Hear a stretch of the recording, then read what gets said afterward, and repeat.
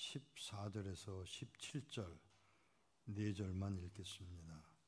디모데후서 3장 14절. 너는 이미 배우고 확신한 것에 계속 거하라. 이는 내가 누구에게서 그것을 배웠는지, 또 어떻게 어려서부터 성경을 알게 되었는지 알고 있기 때문이다.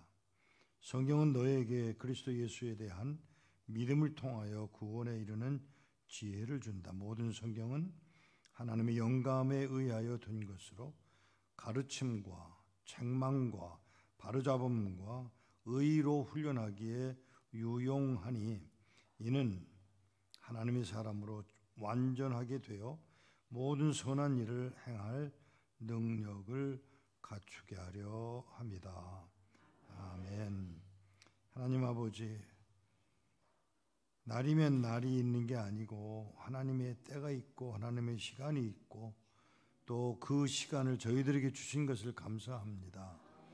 이제 주님을 찬양하는 자리에 우리를 불러내셨고 주님을 부를 수 있는, 하나님의 이름을 부를 수 있는 특별한 은혜를 저희들이 받게 하신 것을 감사합니다. 바라옵기는 진정한 의미의 하나님의 원하시는 말을 깨달아 알고 내게 주신 은사가 무엇인지를 확실하게 경험하며 나누고 감당하도록 은혜 도하여 주옵소서. 예수 그리스도 이름으로 기도하옵나이다. 아멘.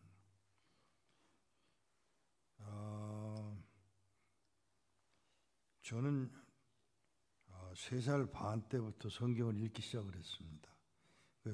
한국식 나이가 아니기 때문에 3살 반이면 아마 얼핏 한국식으로는 5살쯤 됐을지도 모르죠. 성경을 3년 반쯤 읽었는데 2번을 읽고 나니까 엄마가 예 어머니 성경 2번이나 읽었네. 예 어머니, 너 나이 들면 목사 돼. 그 제가 뭐라고 그러는지 아세요? 뭐라고 해야 돼요? 예 어머니. 왜? 아니요. 쓸데없는 걸 배웠어요 우리가. 왜 내가 해야 돼? 엄마는 그렇게 얘기를 하셨어요. 너 나이 들면 목사 돼? 예 어머니. 목사 되면 갈 나라가 있어. 어디? 아니요. 어디? 묻는 거 아니에요. 그건 순종이 아니에요. 내 마음에 들면 하고 내 마음에 안 들면 안 하겠다? 그건 순종이 아니에요. 그럼 어떻게 해야 되냐? 갈 나라가 있어. 네. 몽고, 소련, 중공. 그럼 머리를 숙이시더라고요. 이렇게 보니까 울고 계세요. 가만히 있었어요. 그러니 얼굴을 드시면서 눈물도 안 닦고 얼굴을 드시고 하시는 말씀에, 북한가? 북한에 가래요. 7살짜리더러. 17살이 아니고요. 7살. 그러면 여러분의 반응이 뭐냐면 에이 애들인데 너무하다. 아니요. 한 영혼이에요. 애들이라고 여러분 무시하는데 그건 무시하는 여러분의 죄악이에요. 어림도 없습니다. 하나님이 보실 때는 똑같은 영혼이에요. 조나탄 에드워드라고 하는 미국에 있는 부흥사는 5살 때 예수를 영접했다고 합니다. 제가 그거를 듣고 그래? 나도 해보자. 우리 큰딸을 보고 나는 조금 일찍 하자고 해서 3살 반 때인데 3살 반짜리를 놓고 제가 복음을 전했어요. 그 웬일이에요?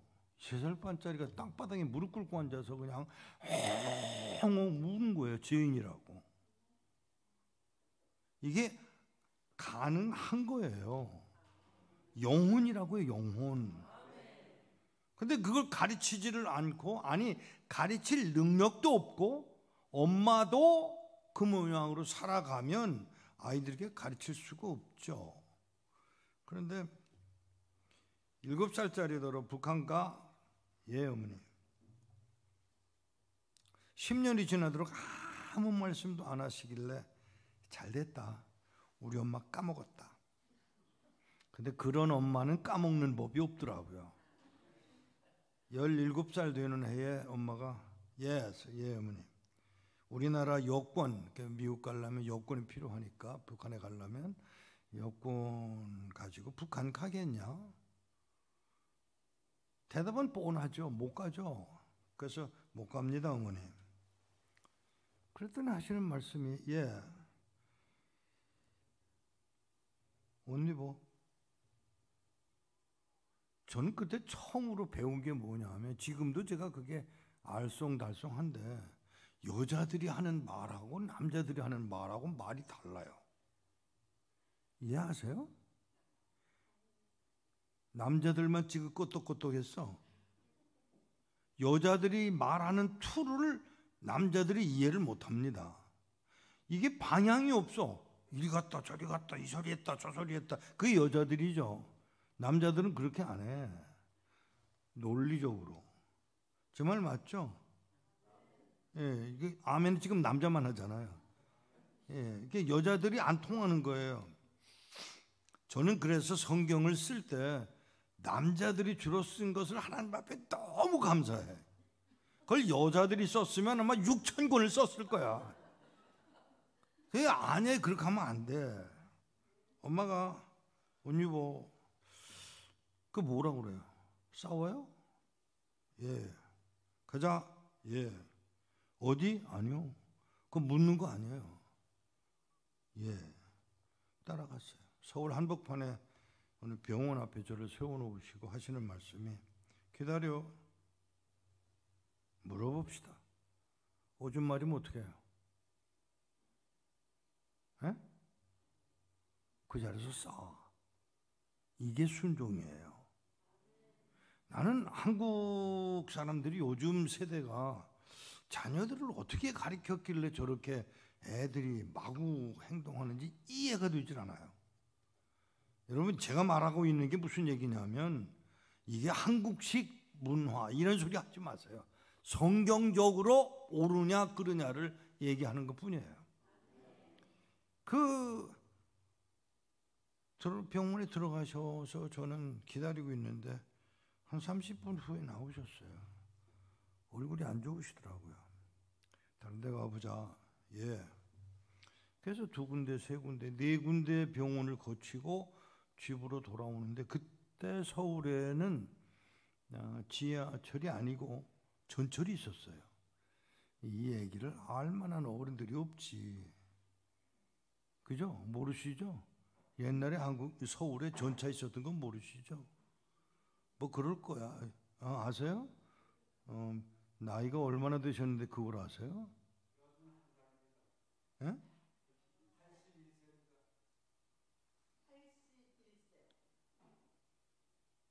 지금 81세라고 그러셨어요? 오, 그러면 아시지.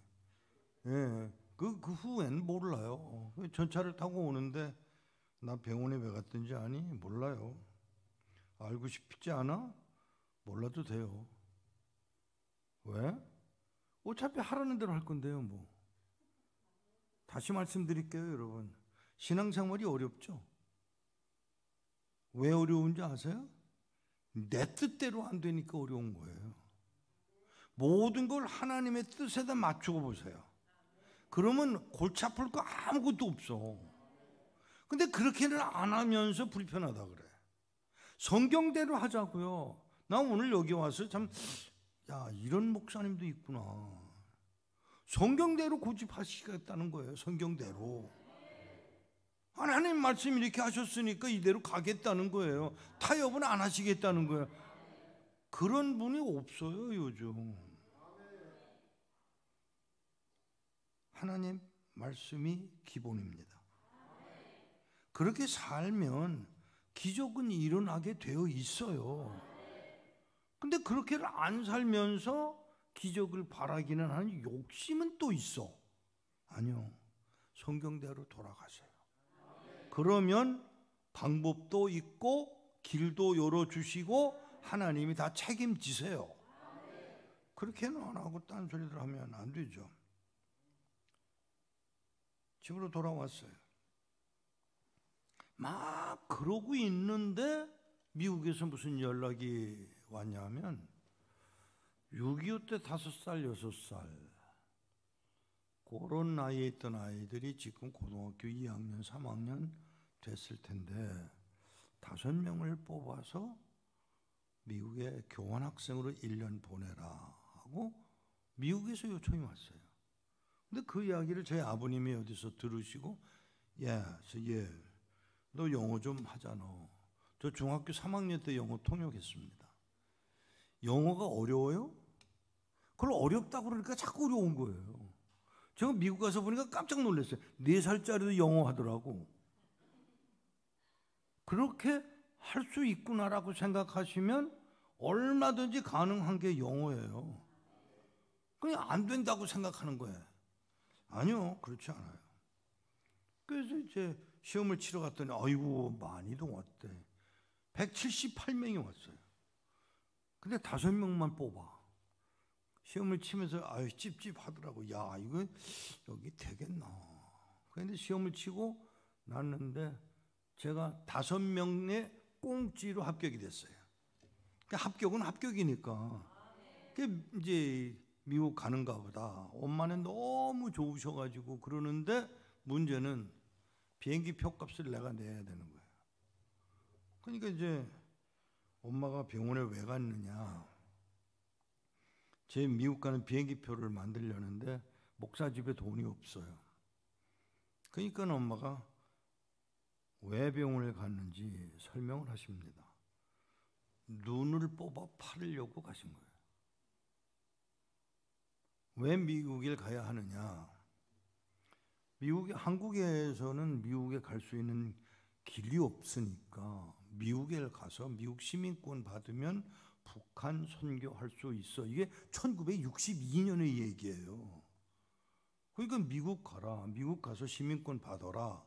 그러는데 미국 갈 길이 생겼으니까 이제 눈이라도 뽑아 팔겠다고 병원에 갔더니 병원에서 우리 그런 기술이 없고요. 첫째로. 둘째로 이걸 눈을 뽑았는데 살 사람이 없으면 어떡하죠? 그러니까 안 된다는 거예요. 그러니까 어머니가 마음이 안 좋으신 거죠. 눈을 뽑지를 못하셨어요. 그리고도 이제 미국 가는 수속을 하는 거예요. 어떻게든지 해보자 생각을 하시고 미국 가는 수속을 하는데 이게 말이 안 되는 거예요. 제가 신체 검사하다가 깜짝 놀랐어요. 제가 폐결핵 환자예요. 제 얘기를 잘 들으세요. 여러분의 뜻대로 되느냐 하나님의 뜻대로 되느냐예요. 여러분의 뜻대로 제가 오늘 몇 번째 얘기입니다마는 여러분들의 뜻대로 하는 것은 언제든지 망해. 근데 방법은 하나님의 뜻대로 해. 그러면 길이 열려. 그럼 그렇게 하셔야지. 미국에 이제 이제 폐결핵이 됐으니까 미국에 못 갔잖아요. 그러니까 어머니가 어떻게 하셨는지 돈을 모아서 아버지를 미국에 보내드리더라고요. 4월 달인데 4월 달에 아버지는 미국에 가시고 5월, 6월, 7월, 8월 1일 날 저희 어머니가 제 막내 동생을 낳으셨어요. 제가 만으로 18살, 그 밑에 12살 남자, 그리고 7살 남자, 막내 태어난 지 5일 된 막내. 엄마가 갑자기 8월 6일 날 새벽 2시 반에 일어나셔서 얘 병원에 좀 갔다 와라. 가서 어머니가 위독하시다고 전해라. 그 새벽 2시 반에 병원에 갔다가 오니까 세상 떠나셨어요. 문제는 사람이 죽을 수도 있어요. 하지만 이게 하나님 참 바보다. 18, 16, 14, 12 나이가 그러면 키우기 얼마나 좋으냐고요. 다 컸으니까. 근데 18, 12, 7, 막내는 5일. 누가 키워? 하나님. 왜? 애들 누가 키워요, 하나님? 내가 키운다. 아이, 그러시겠지. 그렇지만 기저귀 누가 바꿔요? 제가 웃기는 사람이에요. 그러니까 하나님 보고 기저귀를 누가 바꾸냐고 물어보고 앉았어요. 그건 네가 하지. 당연히 그럴 줄 알았지만 그냥 아이를 키우기 시작했어요. 아버지는 미국에 가셨고 돌아오실 수 있는 상황이 아니고 일이 다 복잡하게 꼬였어요. 지금은 이렇게 말을 하지만 그 당시에는 황당하더라고요. 어머니는 죽었지, 아이들은 울지. 장례식에 우리 외할아버지가 논산에서 목회하시다가 전부를 받고 올라오셨다가 어머니 신학 떠나신 거 보고는 간다. 장례식은요, 그건 네가 해. 살아서 죽어간 사람은 죽어간 사람이고 살아서 죽어가는 영혼들을 위해서 일하는 게 목사야. 내가 목사인데 네 엄마 죽었다고 여기서 내가 머물 수 없어. 간다. 그러고 가시더라고요. 그 장례식을 제가 했어요. 아유, 황당하더라고요, 진짜.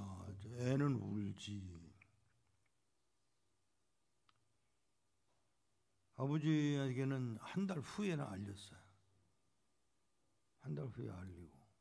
그리고 이제 시간이 지나갑니다. 1년, 2년, 3년. 얼마나 제가 어려웠으면 제가 안 해보고 애 낳지 말자 그랬어요. 너무 애 키우기 힘든 거예요. 아버지 노릇, 엄마 노릇, 형 노릇. 이걸 하면 너무 힘든 거예요. 아유, 어린 애 안 낳겠다고.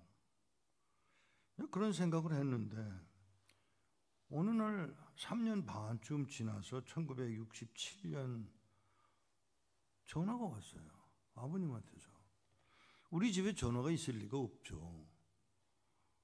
남미 집에 그냥 붙어서 사는 형편인데 이 옆에 사는 분이 공무원이 있어서 그 공무원 집으로 전화가 있어서 그 전화가 받았는데 아버님이 전화하셨어요. 예. 다 됐다. 뭐가요? 여권도 없고 비자도 없고 비행기표도 없는데 다 됐대요. 그래서 아버지, 여권도 없고요, 미국 들어가는 비자도 없고요, 비행기표는 당연히 없고요, 다 됐다고. 뭐 옛날 어른들은 다 그랬어요. 그러니까 다 됐다고. 그런데 제가 뭐 또 아니라고 그럴 수가 없어요. 그래서 알았다고 그냥 그래 놓고 전화를, 좀 국제전화니까 전화를 끊어야죠. 근데 전화를 끊는데 뭐라고 그러시냐면, 얘 영화 촬영하는 사람이 나간데 무슨 소리인지 모르겠는 거예요. 그래서 제가 알았어요. 전화 끊었어요. 며칠 있으니까 이만한 카메라를 들고 사람들이 왔더라고. 영화 촬영을 하러. 뭘 찍으러 왔냐 그랬더니 너희 사는 걸 찍으러 보려고, 영화를 찍으려고 왔다. 그러니까 알아서 찍으라고. 뭐 우리 사는 거 그냥 뭐 사는 거 찍는 데인데 뭐 특별히 뭐 없으니까, 연기를 하는 게 아니니까. 다 찍고는 하는 말이, 여권 받으러 가자. 여권 없습니다. 이거 그 돈에 안 나왔으니까 여권 없습니다. 아예 가자. 그래서 외무부회를 갔더니 그 자리에서 그냥 팡팡팡 찍어서 내주더라고요. 이상한 거예요, 저는. 그러더니 미 대사관에 가자. 그래서 미 대사관을 갔더니 총영사가 이만한 비자를 받쳐줘서 그거 받아왔어요. 그러더니 뭐라고 그러냐면, 비행기표 받으러 가자. 그래서 제가 속으로 이 사람이 진짜 어떻게 된 거야? 그러고는 바로 대사관 앞에 여행사가 있는데 그 여행사를 가서 비행기표 달라고 그러니까 1등석 비행기표를 주더라고요. 그러니까 이게 있을 수 없는 일이 일어난 거거든요, 지금. 그런데 이제 동생들은 다 갔어요, 미국에를. 저만 남았어요. 왜? 폐결핵 환자니까. 근데 저를 45일 동안 검사를 하고 홍콩에 보내고 필름을 보내고 뭐 이러면서 연락이 오기를 45일 만에 들어가도 좋다. 가서 필요하면 이제 병원에 입원을 하고 그렇지 않으면 약을 줄 거다. 알았다고. 그리고 여기를 들어갔어요. 첫 질문, 아버지더러 아버지 어떻게 해서 이 일이 일어났어요? 하나님 하셨어. 목사들은 꼭 저렇게 대답해. 그죠? 목사들은 꼭 하나님 하셨다고 뒤집어 씌우고는 자기는 발뺌해. 그게 이제 싫어가지고 꼭 아버지는 하나님 하셨다니까. 아니 그래도 어떻게 하셨냐고요. 그러니까 하시는 말씀이 너 존 F 케네디 알아? 느닷없이 존 F 케네디는 또 왜 꺼내? 그래서 알죠. 1963년 11월 22일 암살당한 거 알죠. 그 동생 로버트 케네디 알아? 뭐 그냥 소문으로 알죠. 그래? 케네디 바비 케네디, 로버트 케네디가 미국의 이민 역사를 자기 형이 이민법 바꿨다고 해가지고 자기 형은 죽었고 하니까 대통령 출마하려고 영화를 하나 만들었어. 무슨 영화예요? 미국의 이민 역사라는 영화를 하나 만들었어. 그래서요, 영화를 다 만들었는데 이게 잘 안 돼. 그 얘기를 하면서 뭐라고 그러시냐면 어느 날 너를 미국에 데리고 와야 되는데 이게 모든 게 안 돼가지고 복지국에 가서 뭐 마음이 급해서 복지국에 가가지고 복지국에 가서 너희들 미국에 들고 오는 비행기표를 좀 도와달라고 이야기를 하러 갔어. 그래서 뭐라고 그래요? 가니까 해외에 있는 사람은 우리가 어떻게 도와주냐고. 미국에 있는 사람이나 도와주지. 그래서 미안하지만 안 된다고 거절당하고 나왔어.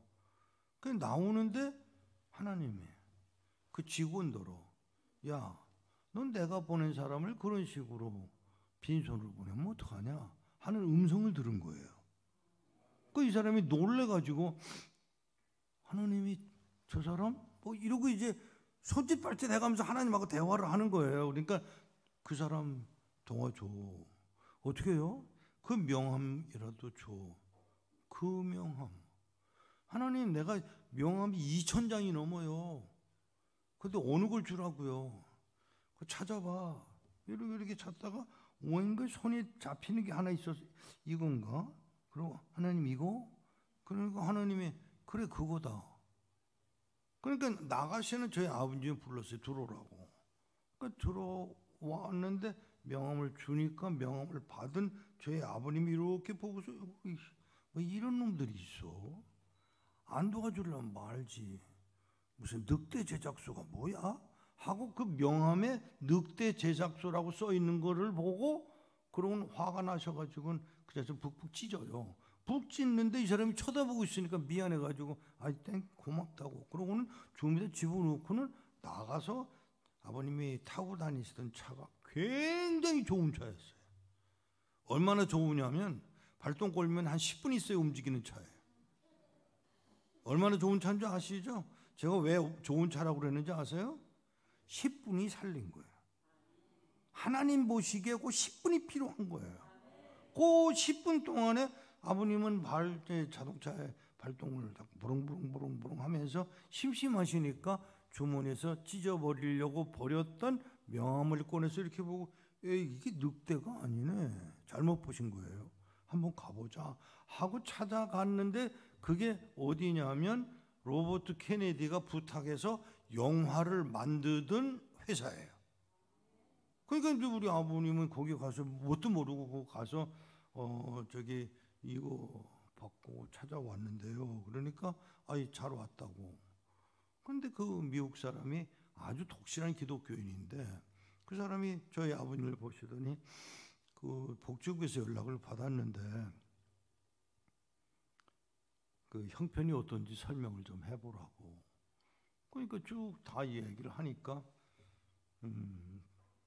알겠다고. 그러더니 전화를 하는데 누구한테 전화하는 거 하면 로버트 케네디한테 전화를 하는 거예요. 제가 영어로 잠깐 할게요. We found one family to come to the United States. 미국에 올 한 가정을 찾았는데요. 어느 나라 사람이냐? 한국 사람이라고. 오, 굿. 잘 됐다고. 그러면서 하는 말이 뭐 들은 대로 가난하고 불쌍하냐? 예, 가난하고 불쌍합니다. 그 다음에 또 뭐라고 물어봤냐면 애들이 못생겼대느냐? 그러니까 아니요, 잠깐만요, 안 물어봤네요.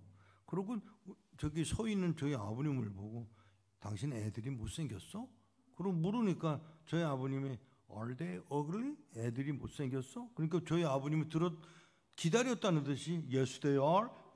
못생겼다고. 그러니까 이 미국 사람들은 그 말을 듣고, 이 미국 사람이 그 말을 듣고 good. 그러고는 누구한테 얘기를 했느냐면 로버트 케네디한테 이야기를 하면서 아버지가 말하는데 못생겼다고 그러니까 오죽 못생겼겠냐고. 그게 바로 저예요.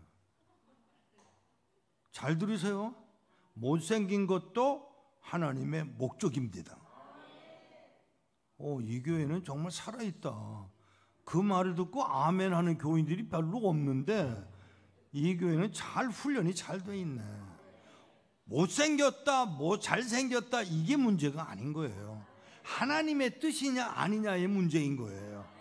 그래가지고 그 영화에 우리가 출연을 했어요. 지금 구글에 들어가셔서 The Nation of Immigrant라고 하는 영화를 찾으시면 받아 쓰려고요. The Nation of Immigrant입니다. 그걸 찾아보시면 그 45분짜리 영화가 그 중에 2분밖에 안 나와요. 그 2분을 나오게 하기 위해서 영화 촬영하는 사람이 나오지, 비행기표 1등석 줬지, 또 정일권 국무총리에게 전화를 걸어가지고 제 비자 여권 내주라고 그랬지, 미 대사관에 관계를 했지. 이렇게 해서 저를 미국에 살짝 옮겨 놓으신 분이 하나님이세요. 엄마의 방법이 아니고요, 눈을 뽑아 팔겠다고 하는 엄마의 방법이 아니라 하나님의 방법으로 사용하신 거예요. 미국에 들어갔어요. 그리고 미국 들어가서 뭐 사업도 하고. 그런데 제가 미국 간 목적은 미국 시민권이거든요. 근데 시민권을 받아야 되는데 군대를 들어가게 됐고, 군대를 들어갔다가 나오니까 사업을 시작을 하는데 큰일 났어요. 돈을 너무 잘 버는 거예요. 제가 미국 간 거는 돈이 아니거든요. 제가 미국 간 것은 순전히 시민권이고, 시민권 가지면 북한 가는 게 제 할 일이잖아요. 그런데 하나님 보시기에는 이걸 다 갖추어야 되는 거예요. 뭐를? 목사가 돼야 되니까.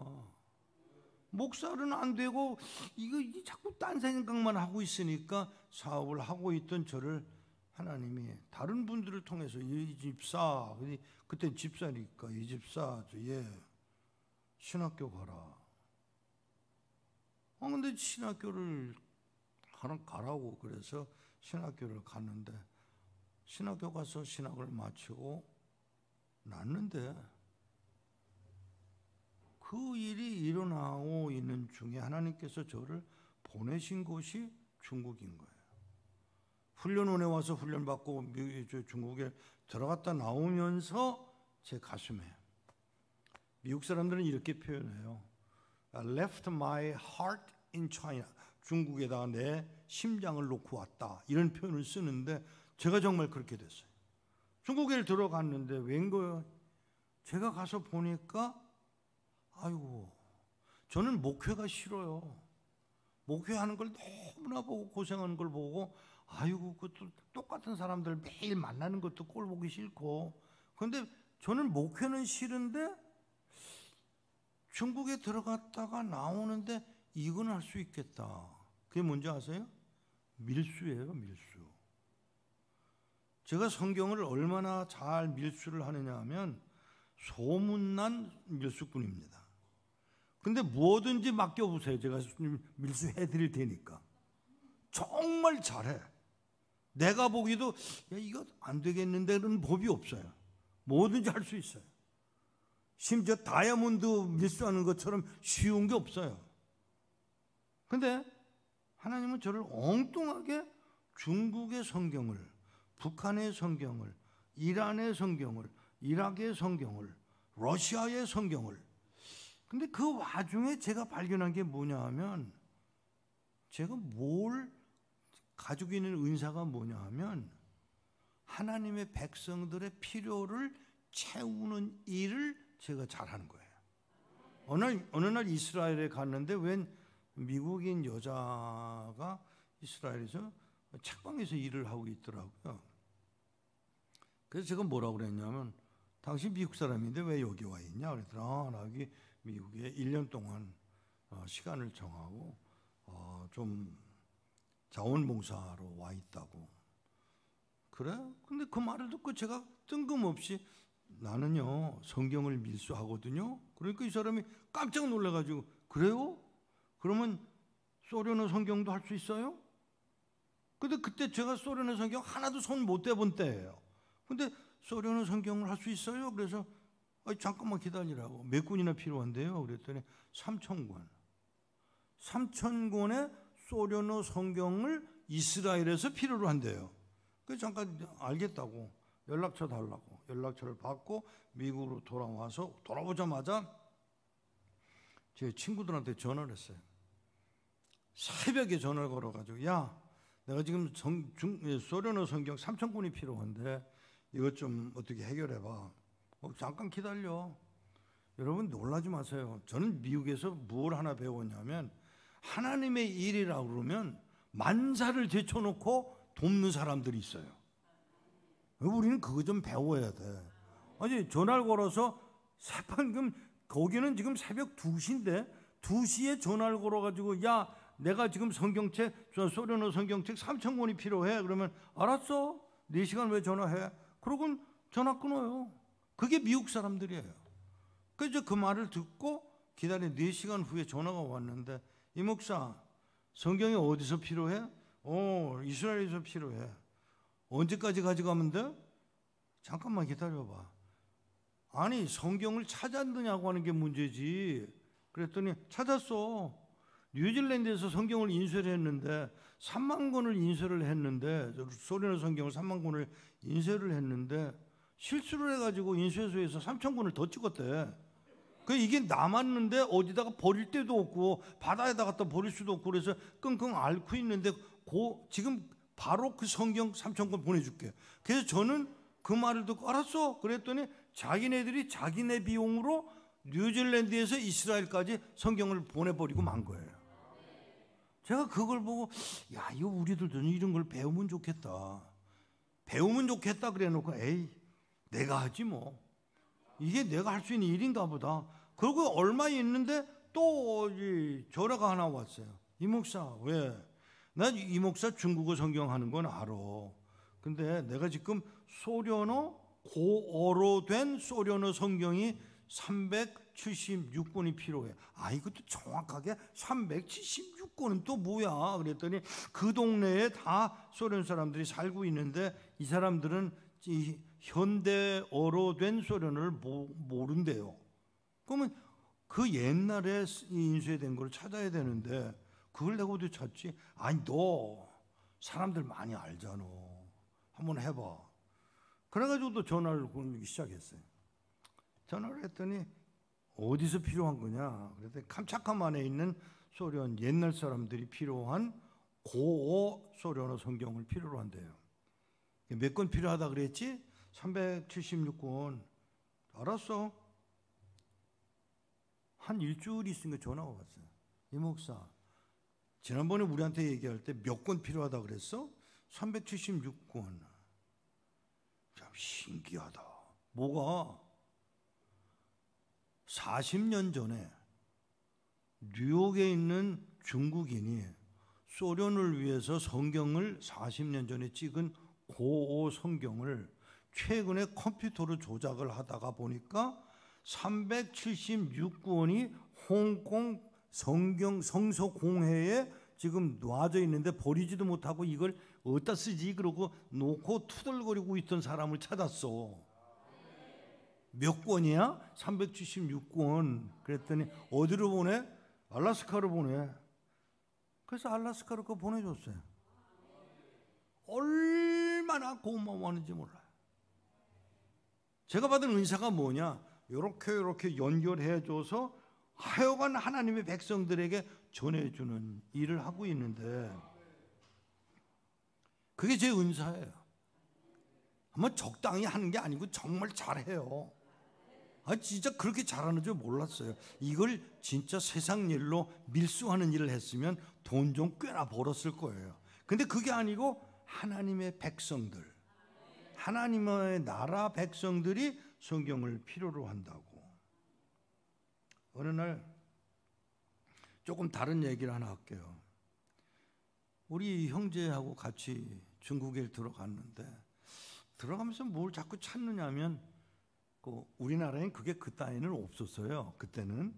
그 뭐냐 하면 애기들 엉덩이 닦아주는 그 비누 묻은 종이 있죠. 그 휴지인데, 그때는 이 한국엔 그게 없었어요. 그걸 미국에서 찾아가지고 여행을 같이 가는 친구가 있었어요. 그거 왜 필요하냐 그랬더니, 아니야, 그거 필요할 거야 하고 가지고 들어가더라고요. 근데 가서 이제 성경 배달 다 마치고 났는데, 이게 나가본 어딜 좀 나갔다 오겠다고 알았다고 나갔다가 30분이 돼도 안 돌아오고, 이상하다, 어디 30분씩이나 안 돌아오고, 이 길도 모르는데, 중국말도 모르는 친구인데 어떻게 하려고 안 돌아오지? 그러고 나가보니까, 잘 들으세요, 화장실이 바깥에 있었잖아요. 옛날 화장실. 그 똑같아요. 그 화장실 바깥에 있는 화장실을 가보려고 이렇게 나가보니까, 제가 좀 설명을 이렇게 할 테니까 이해를 하시면 좋겠네.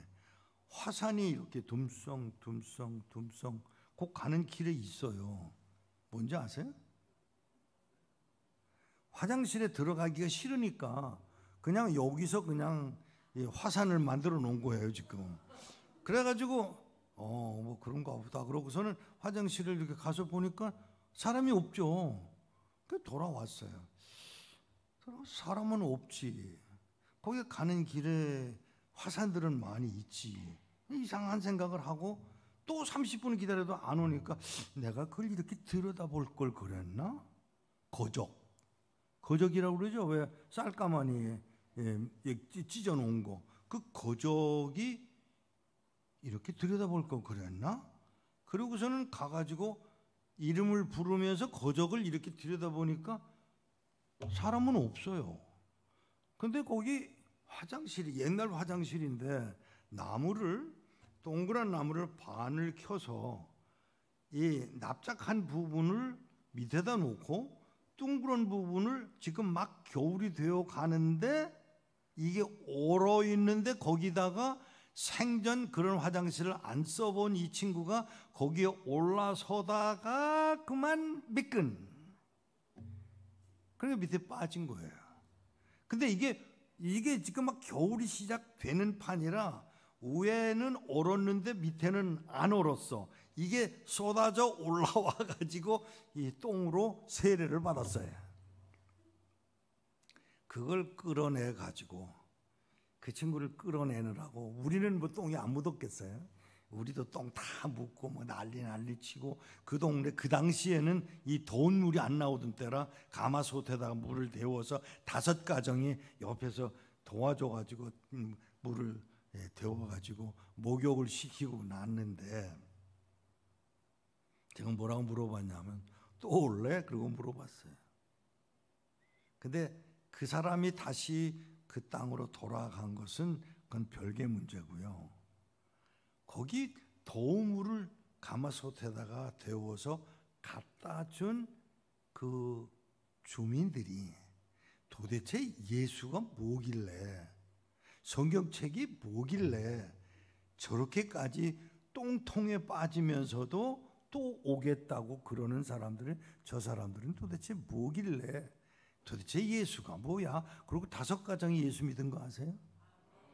하나님은 그 사람을 똥통에 빠뜨려서라도 당신의 목적을 이루어 가시는 분이 하나님이세요. 놀랍지 않으세요? 제가 그런 경험을 제가 합니다. 중국에서 한 형제를 만났습니다. 북한 사람이에요. 북한 사람을 만났는데 이 애의 아버지가 목사님이었어요. 1950년 6월 24일 날 목사님들하고 교인들하고 몰아놓고 뭐 따발총으로 쏴 죽였는데 그 일을 아니 그러니까 이 한 목사님을 쏴 죽인 게 아니고 묶어서 매달아 놓고 밑 바닥에 장작불로 목사님을 태워 죽이는 거예요. 이제 그런 상황인데 이 아들 10살짜리는 아니고요. 사모님도 악처라서 안 건드렸고요.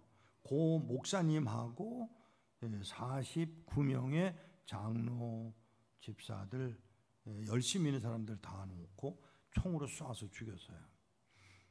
근데 그 총을 쏴서 죽이는데도 살아남은 사람들이 있거든요. 7명이 살아남았는데 그 7명이 살아남은 사람들이 다 어디다가 집어넣냐면 탄광에다 집어넣고 탄광에서 터뜨려 버렸어요. 그러니까 여기서 안 죽었으니까 여기서라도 죽어라 하고 터뜨렸는데 그 중에 한 분이 살아나셨어요. 그래서 그 흘러가는 물을 찝어 먹으면서 이제 햇빛을 보고 일주일을 걸려서 거기를 나오셨는데 그 나오신 분이 한 목사님의 친구고 제가 만난 아들을 이제 동생처럼 자기 아들처럼 생각하는 분인데 그날 집을 그 아들 보고 그 한 목사님의 아들 보고 야 내가 지금 위험하니까 떠나기는 떠나는데 내가 돌아올 테니까 문을 잠그지 말고 그냥 이렇게 적당히 해놔 내가 돌아올게. 그 말을 사모님이 들으셨어요. 사모님은 그분이 돌아오는 게 싫은 거예요. 그래가지고 어떻게 하시느냐 하면 아들이 가서 문 열어놓으면 나가서 문을 잠그고 또 아들이 가서 문 열어놓으면 또 잠그고 이러기를 몇 년을 했는데 결국 목사님은 안 오셨어요. 어디서 어떻게 하다 죽었는지 모르죠. 근데 그 사모님이 그런데도 불구하고 사모님한테 편지가 날라오는 거예요. 쌀 몇 알씩 넣어서 한 자루씩 가는 게 아니고요. 쌀 몇 알씩.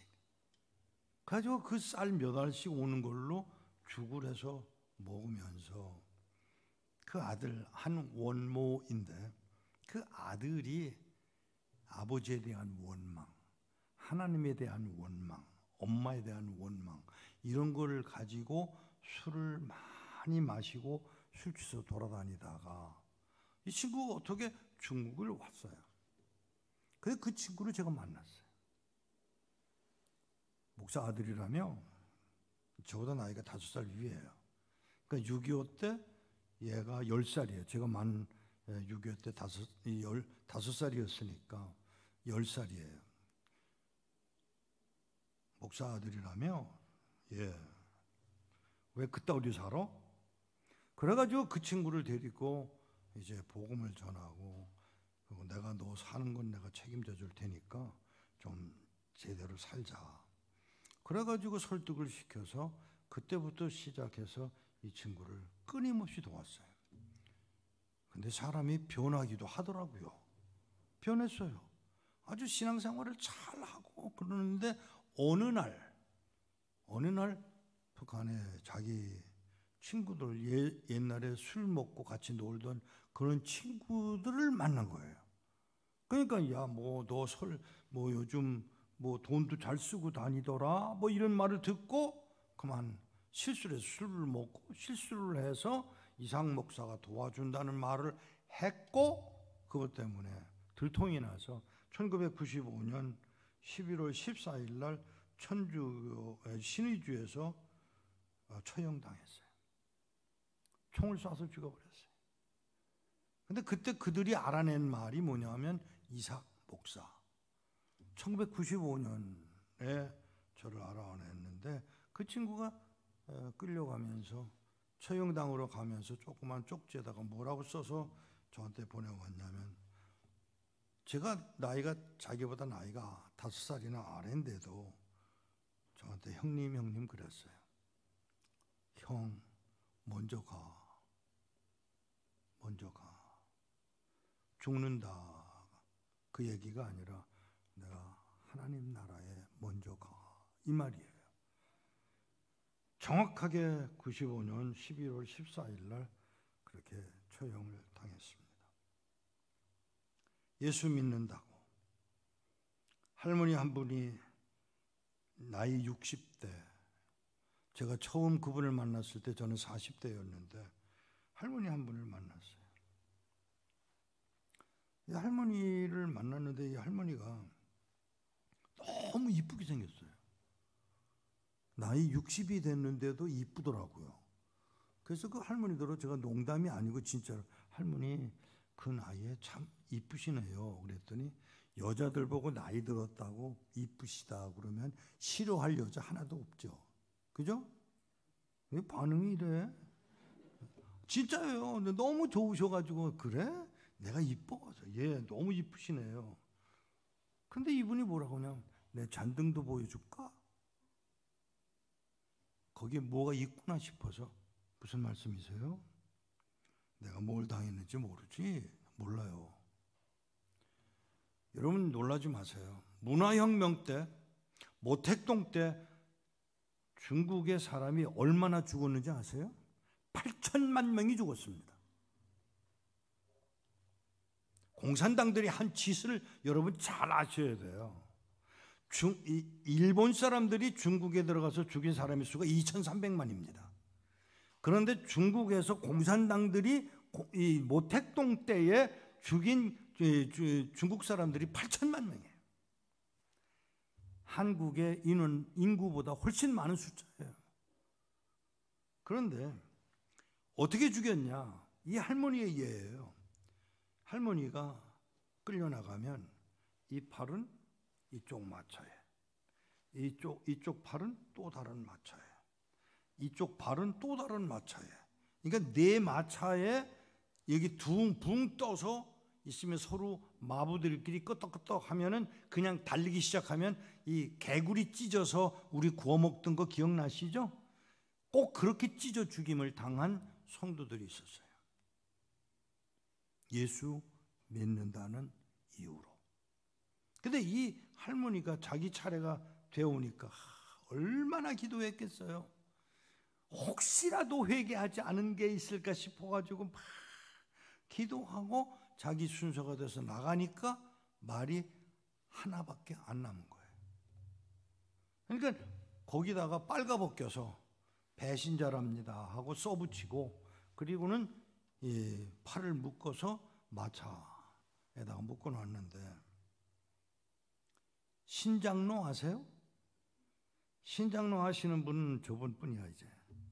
여러분들은 신장로가 뭔지 몰라. 흙하고 돌하고 막 섞여있는 자동차 다니던 길, 그런 데로 마차가 막 달리면은 이 아주머니는 엎어지죠.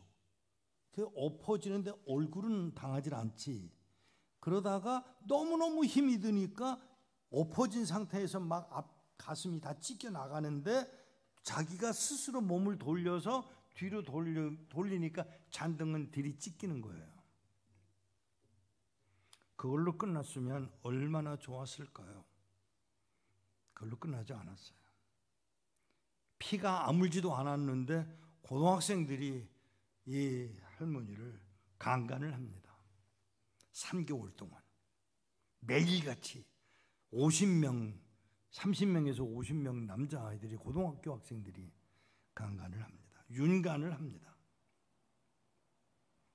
3개월 동안 그렇게 찢기고 강간당하고 났는데 거기 어떤 녀석이 가도 좋다고, 집에 가도 좋다고 그 집으로 보내주는 길에 이 아주머니가 하나님 흐느껴 울면서 하나님 하고 불렀는데 하나님이 대답을 하실까요?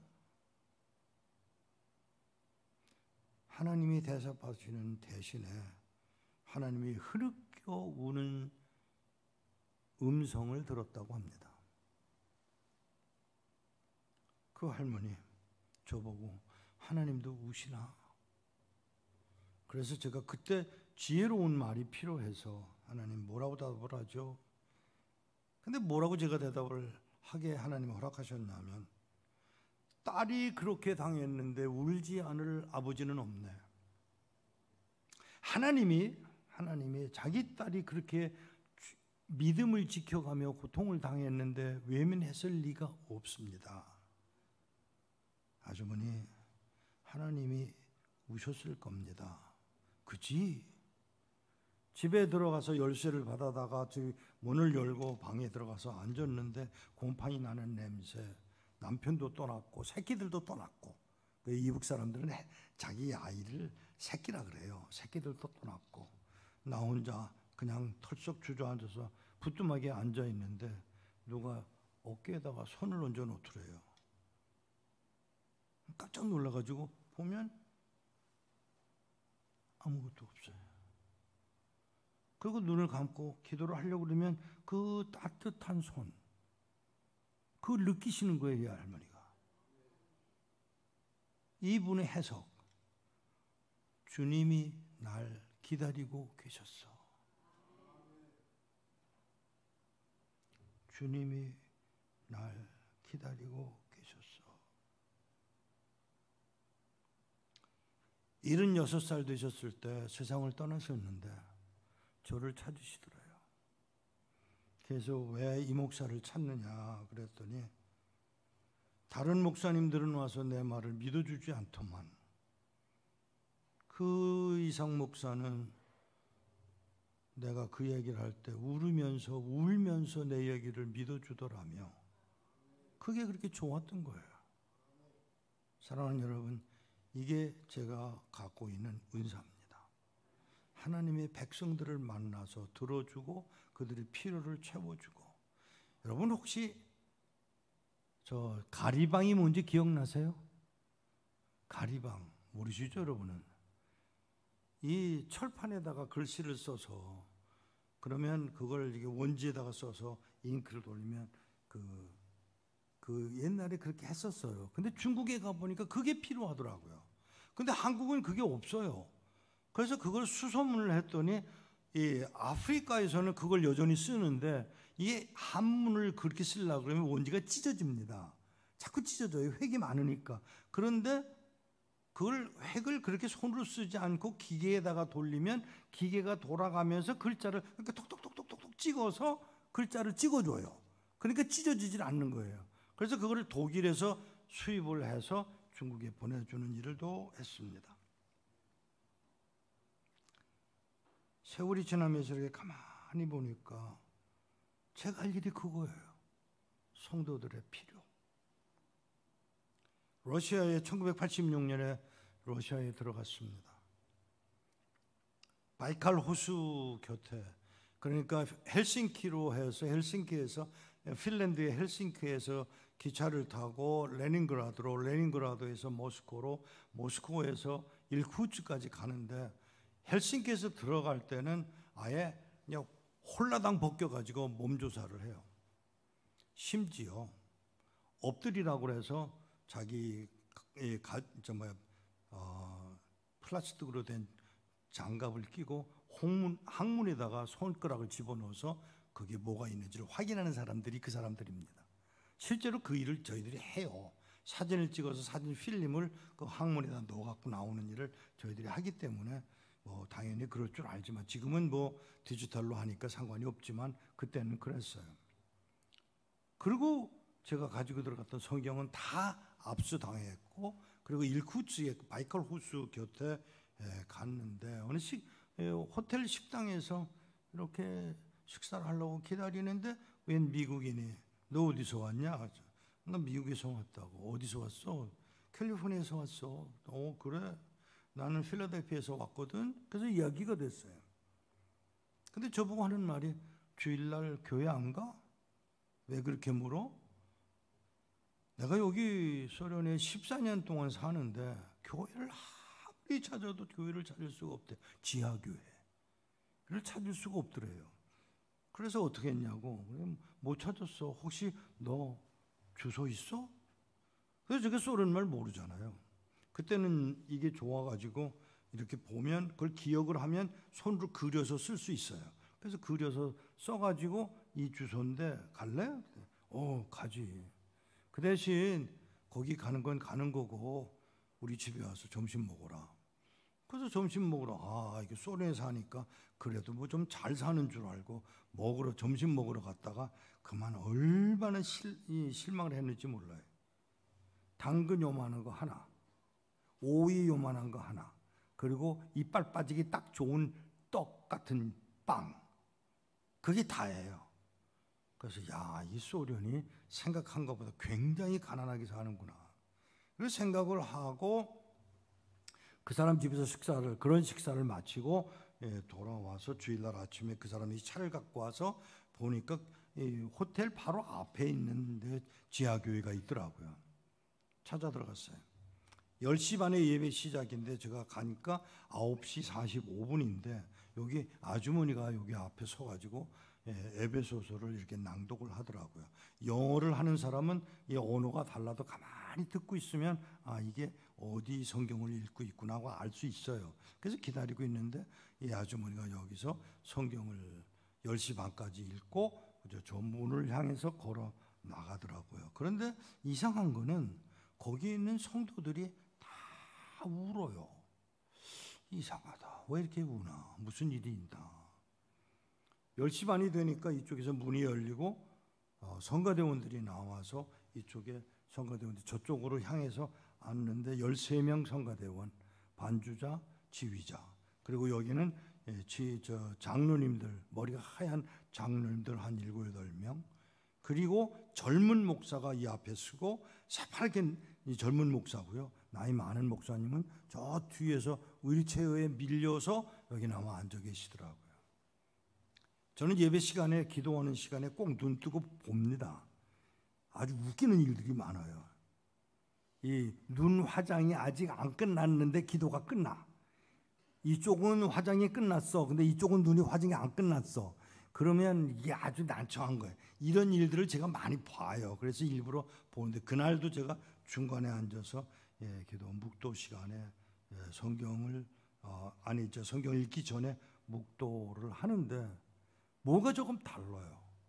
그게 뭐냐면 성부, 성자, 성령의 이름으로 예배가 시작됨을 선포하노라.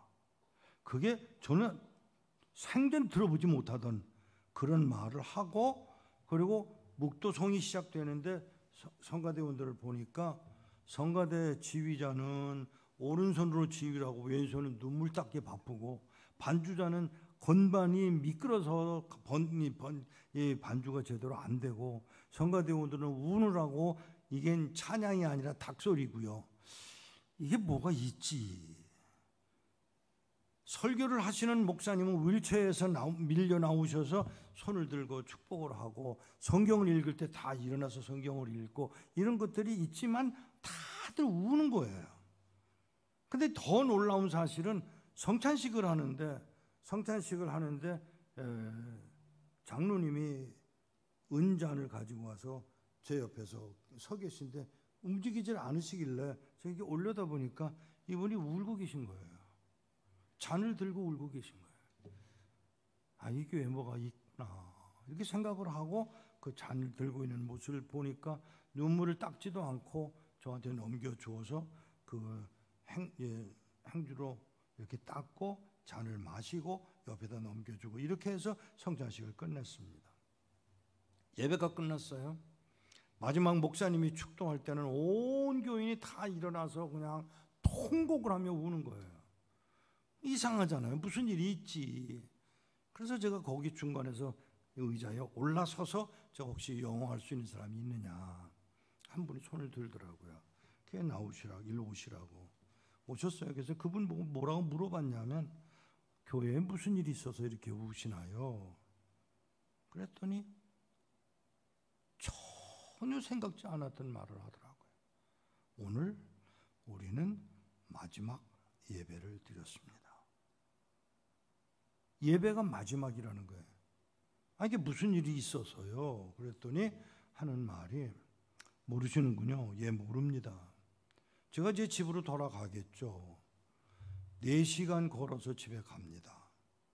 가서 문을 열고 들어가서 들어가면서 확인하는 게 쇠고기 이만한 마른 쇠고기, 빵 이만한 거 하나, 그 다음에 이불을 대신할 만큼 두텁고 큰 오버코트 하나, 이걸 확인을 하고 안으로 들어가서 음식을 하는 동안에 익숙하지 않은 어떤 발걸음, 어떤 모자를 쓴 사람이 문을 두들기면 올 게 왔구나 하고 끌려가면 10년, 20년, 30년.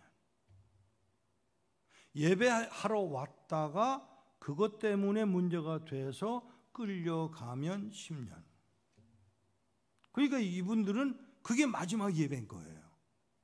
근데 오늘 예배를 드리고 가서 이분은 영어 선생이니까 학교에 가서 이제 백목으로 뭐 이렇게 쓰고 가르치고 있는 동안에 누가 이렇게 지나가는 걸 보는데 이 사람이 머뭇머뭇하고 서면 저 사람이 나 잡으러 왔구나 하면 이거 백목을 거기다 놓고는 끌려나가, 자기도 모르게 끌려가면 10년, 20년. 근데 월요일 날 아무 일이 없으면 이 속에서 하나님이 나를 한 번 더 예배를 드리게 할 수도 있다는 믿음, 요만큼. 근데 월요일 날도 그 일이 일어나지 않고 화요일 날도 그 일이 일어나지 않고 그러면 점점 그 믿음이 커가는 거예요. 수요일이 지나고 목요일이 지나면 그만 가슴이 두근두근두근두근하, 하나님 한 번만 더, 한 번만 더 이러면서 그 예배를 드리고, 금요일 날 아무 일 없이 지나가면 토요일 날은 별 그런 일이 없답니다. 그러니까 이제는 정말 예배를 한 번 더 드릴 수 있다는 것 때문에 기뻐. 그리고는 토요일 날은 열심히 청소를 하고, 청소를 하는 이유가 재밌어요. 예수 믿던 사람이 집이 더러워졌다고 하는 말 들을까 봐 토요일 날 청소를 깨끗하게 해놓고, 그리고는 밤새도록 기도하며 기다리는 거예요. 그러면 새벽 4시 반 되면, 주일날 아침 새벽 4시 반이 되면 사이렌 소리가 울리고, 그러면 그때서 일어나서 걸어서 4시간을 걸어서 예배당에 오는 거예요. 그분은 또 4시간 걸어서 집으로 돌아가야 되고, 그러니까 예배당에 와서 2시간 정도 교제하고는 그럼 부지런히 걸어서 가야 돼요. 얼마나 추운지 몰라요. 바이칼 호수에 얼음이 얼면 이게 집채만큼 늘어나가지고 밖으로 나와요. 그걸 제가 제 눈으로 보고 왔으니까. 4시간 걸어서 교회에 와 본 일이 있었어요. 제가 그 말을 듣고 참 부끄럽더라고요. 근데 이제 저는 그걸로 끝나지 않고, 그 목사님이 휠체어에 앉아 있는 게 너무 마음에 걸려서 목사님한테 찾아갔어요. 목사님, 왜 이렇게 휠체어에 앉아 계세요? 이렇게 쳐다보더니 동양에서 왔구만. 예. 왜 여기 앉아 계세요?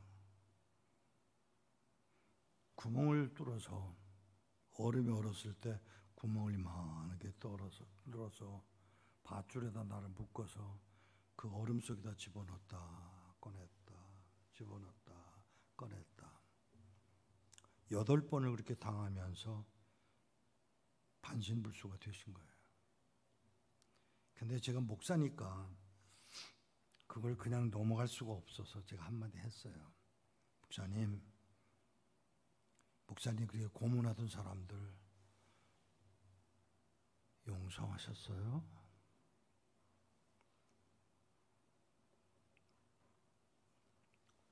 목사님 고문하던 사람들 용서하셨어요? 그랬더니 이 나이 많은 목사님이 저를 이렇게 쳐다보더니 나는 그리스도가 아니야. 용서할 수 없었다는 말을 그 말로 대신했습니다.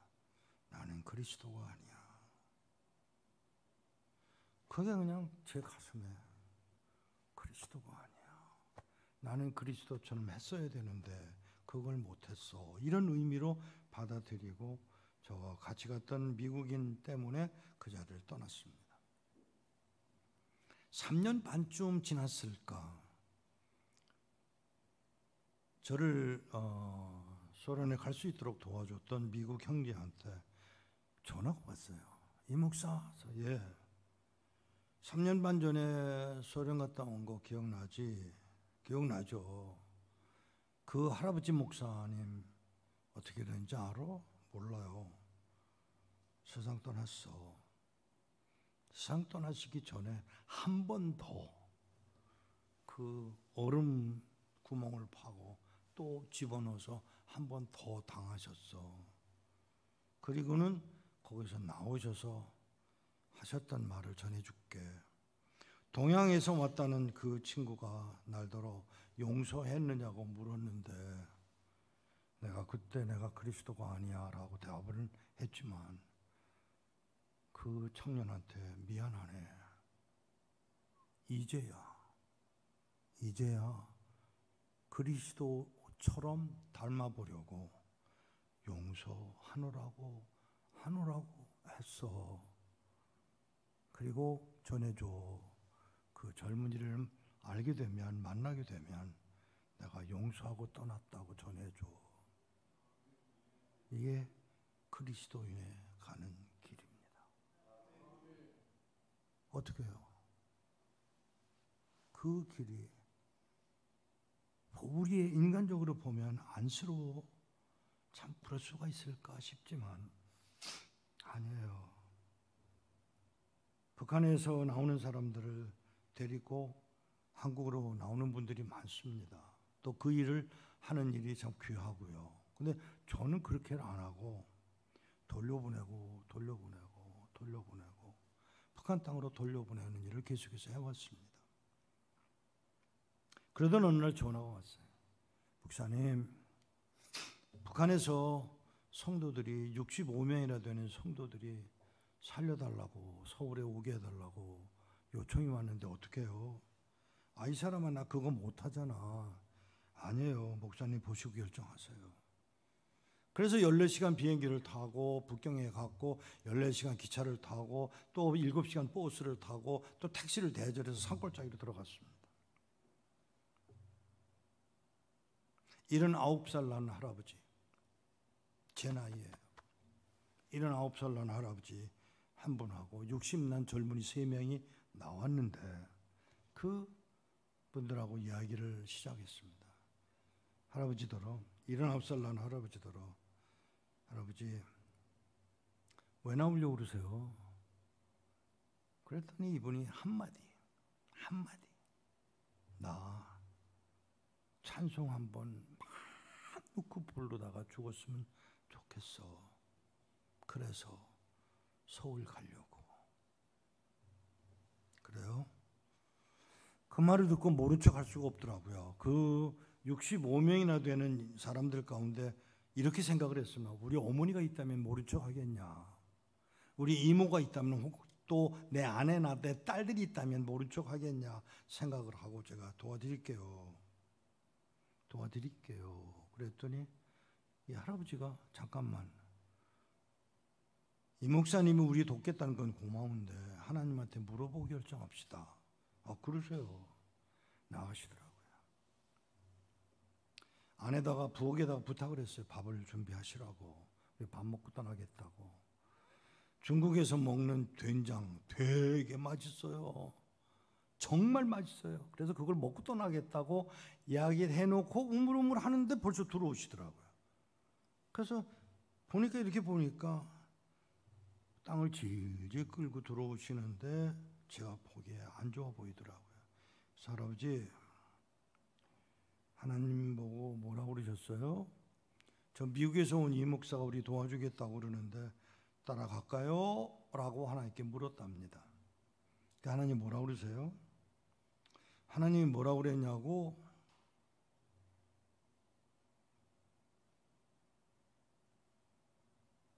천국이 좋으냐 서울이 좋으냐 묻더랍니다. 어느 쪽이 좋아요? 당연히 천국이 좋지요 라고 대답을 했는데 왜 서울 가려고 그러냐. 아이고. 이 할아버지가 그 말을 듣고 돌아가라. 어디로요? 너 살던 집으로. 가면 죽어요. 3살짜리 아이도, 그 아이도 죽을 거라고요. 돌아가라. 예, 하나님. 그리고는 나오셔서 저한테 오셔서 어서 가. 경찰 온대잖아. 어서 가. 그래서 그분에게 제가 가지고 들어갔던 돈 3,000불을 그분에게 넘겨주고 혹시라도 마음 변화 주면 알려주세요. 아니야. 우리 돌아가네. 그래서 안녕히 계세요. 라고 인사를 했더니 막 나무라시더라고요. 이 인사가 뭐 그러냐. 왜요? 천국에서 보자 그래야지. 안녕히 계세요가 뭐냐. 아이고 죄송합니다. 그리고도 마음에 흡족하지 않아서 제가 땅바닥에 무릎 꿇고 그거 신고 온 신발, 구멍 뚫린 신발에 때가 잔뜩 낀 발가락에 제 입술을 대고 키스를 했습니다. 그러는 동안에 제 목에 뭐가 툭툭 떨어지더라고요. 그 할아버지. 어서 일어나. 경찰 온대. 그래서 일어나서 인사를 다시 하고 돈을 넘겨줬고 인사하고 나오는데 떠나서 나오는데 뒤에서 들려온 음성. 누가 우리를 그리스도의 사랑에서 끊으리요. 로마서 8장 35절.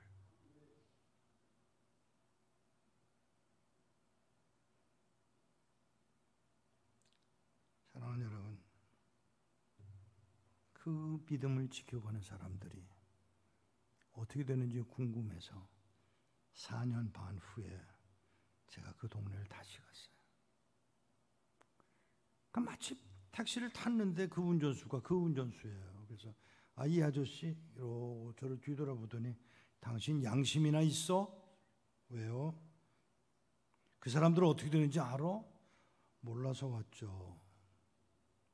6명의 젊은이가 안 끌려가겠다고 덤비다가 몽둥이로 그냥 머리를 까서 그 자리에서 즉사를 하고 59명이 4년 반 동안에 굶어 죽고 매맞아 죽고 병들어 죽었다며 이야기를 전해 주었습니다. 알아? 모르려. 그분들이 도대체 믿는 예수가 뭐길래 그렇게 믿음을 지켜갔는지가 궁금해서 교회 다니기 시작해서 나 지금 열심히 신앙생활을 하고 있어. 근데 그분 이야기가 재밌어요. 나 하나 살리기 위해서 65명이 그렇게 죽어가야 했다는 게 너무 이상해. 그러면서 하는 말. 선생, 그 할아버지가 말했던 3살짜리 아이 있지? 그 아이도 죽었어.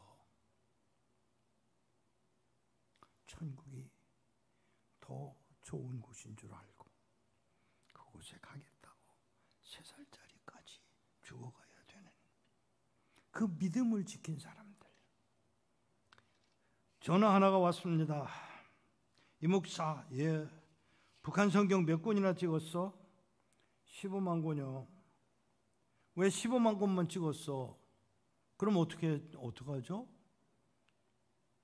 통일되면 몇 명이 2천만 명이 넘는 북한의 사람들을 어떻게 하려고 15만 권만 찍었어? 죄송합니다. 경비가 재정이 부족해서요. 그랬더니 미국 사람이 저보고 화를 내면서 40만 권 찍어? 통일되면 적어도 40만 권은 준비돼야 돼? 제가 부끄럽더라고요. 미국 사람이야. 그 사람이 뭐가 급해서 뭐가 마음에 안쓰러워서 미국 사람이 40만 권을 찍으라고 40만 권 모금해서 보낼 테니까 우리 준비해? 그래서 지금 준비 중이에요. 미안합니다. 한국 교회는 이 말할 때 성경 보내주겠다는 사람 아무도 없어요. 저는 솔직히 여러분에게 부탁이 있습니다.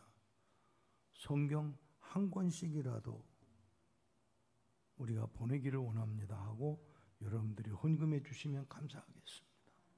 한 권, 100권이든 1000권이든 좋지만 우선 한 권만이라도 시작해서 저 4월 6일 날 우리 지금 선교센터에 강화도에 있는 선교센터에 훈련원을 만들어 놨는데 십자가를 세웠어요.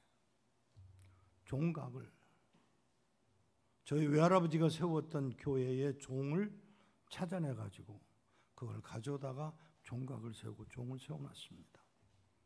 오늘 완성됐어요.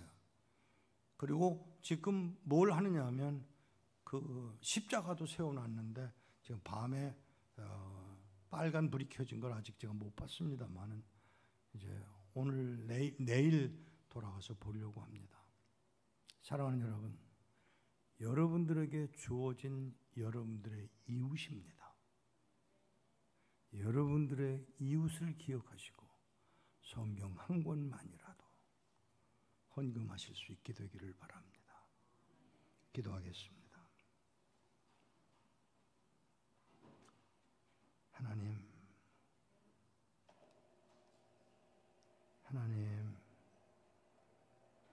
우리에게 이웃을 주신 것을 감사합니다. 그 이웃을 위하여 내가 해야 할 일이 무엇인지 알게 하옵소서. 감사하며 예수 그리스도의 이름으로 기도하옵나이다. 아멘.